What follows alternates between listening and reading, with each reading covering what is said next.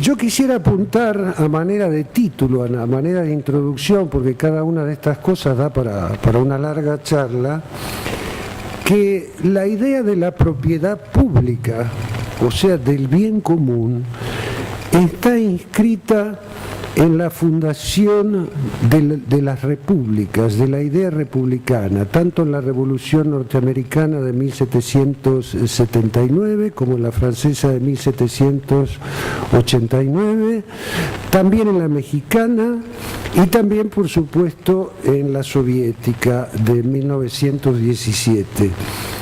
Les voy a leer algo breve que de algún modo ratifica lo que les quiero decir. Toda propiedad me parece, en efecto, una criatura de la convención pública. De aquí que el dominio público tenga el derecho de regular la herencia y cualquier transferencia o alienación de la propiedad, y aún el derecho de limitar la cantidad y los usos de la misma. Toda propiedad necesaria al hombre para la conservación del individuo y la propagación de la especie es su derecho natural, y nadie puede privarle con justicia del mismo. Pero toda propiedad superflua para estos propósitos es propiedad del dominio público, el cual, por lo mismo que la ha creado con sus leyes, puede, con otras leyes, disponer de ella siempre que lo requiera el bienestar público. A quien le disguste la sociedad civil entendida en estos términos, que se retire y vaya a vivir entre los salvajes. Esto, para el que no la conozca, le debe sonar mucho a Lenin o a Trotsky o algo así. Sin embargo, es de Benjamin Franklin, de 1783. En la revolución, o sea, uno de los padres de la revolución liberal de los Estados Unidos, la revolución burguesa americana. Lo mismo puede decirse de la Revolución Francesa, hay citas de Robespierre, no los voy a abrumar con eso, en todo caso después volvemos sobre la cuestión, hay citas, insisto, de la Revolución Mexicana, de principios del siglo XX y naturalmente de la soviética y otras. Lo importante para nosotros, ahora que el socialismo en su versión autoritaria ha fracasado, porque socialismo y autoritarismo o falta de libertades representan algo así como una contradicción en sí misma, ¿no? Difícil de resolver, de comprender. Lo importante es que antes de que el problema de la toma del poder para implantar el socialismo, etcétera, etcétera, se planteara en términos en los que la burguesía era la que tomaba el poder, la ideología, la filosofía liberal, que por supuesto como toda se apoyaba en el desarrollo histórico del pensamiento, de cosas así también habían hablado Espartaco, Aristóteles y otros. De modo que es viejo el problema, pero lo concreto es que en el sistema en que vivimos, estoy hablando de sistemas democráticos, por supuesto, si viviéramos en una dictadura, ni siquiera podríamos estar reunidos aquí tratando de entender qué es el bien común y qué representa.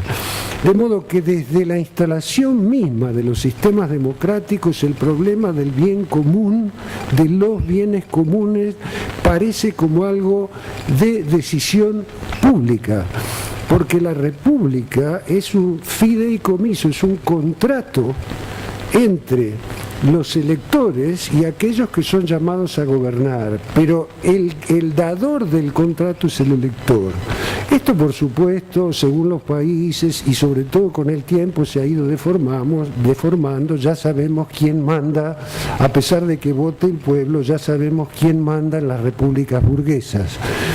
Pero, no obstante, creo que conviene retomar esta noción de que en la base misma del contrato republicano está la noción de bien común, de bien público, para la mayor parte de los bienes. Y al respecto, y termino con esta primera parte, quiero introducir una noción que hasta ahora no se de bien común, que hasta ahora no se presentaba como tal. Era algo así como un derecho y también una obligación. Me refiero al trabajo.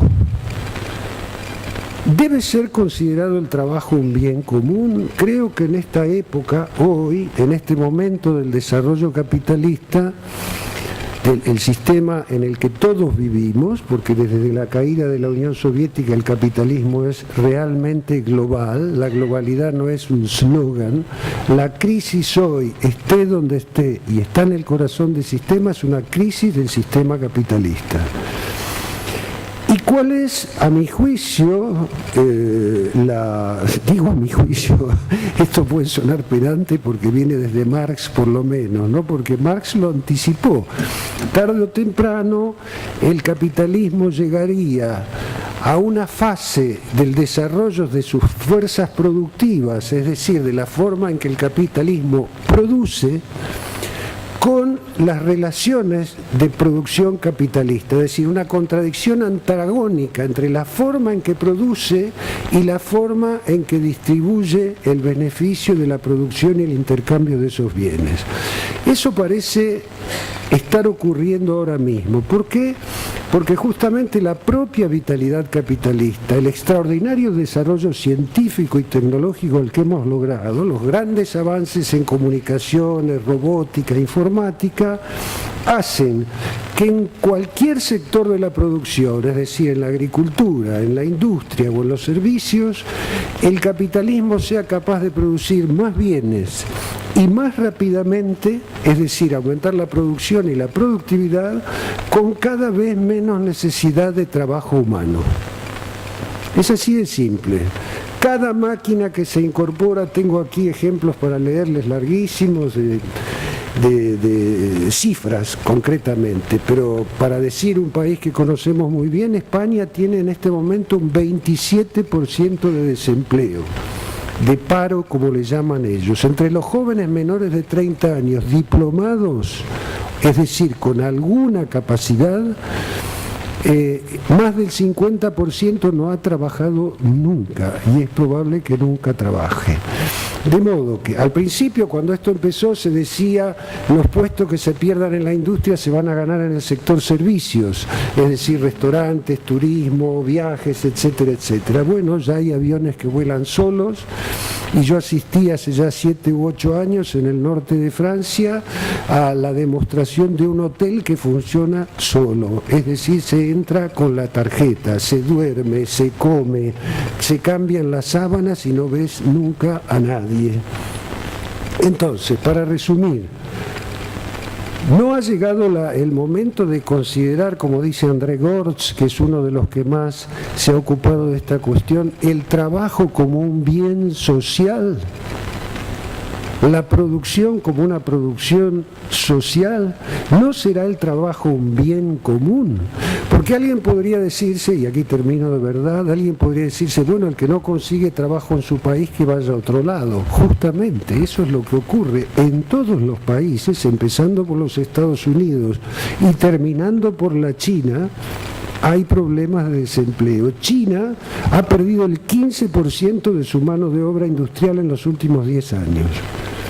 Y por una razón muy sencilla, porque empezó compitiendo pagando salarios bajísimos, pero naturalmente ahora se está tecnificando a alta velocidad y tecnificarse significa expulsar gente del mercado de trabajo.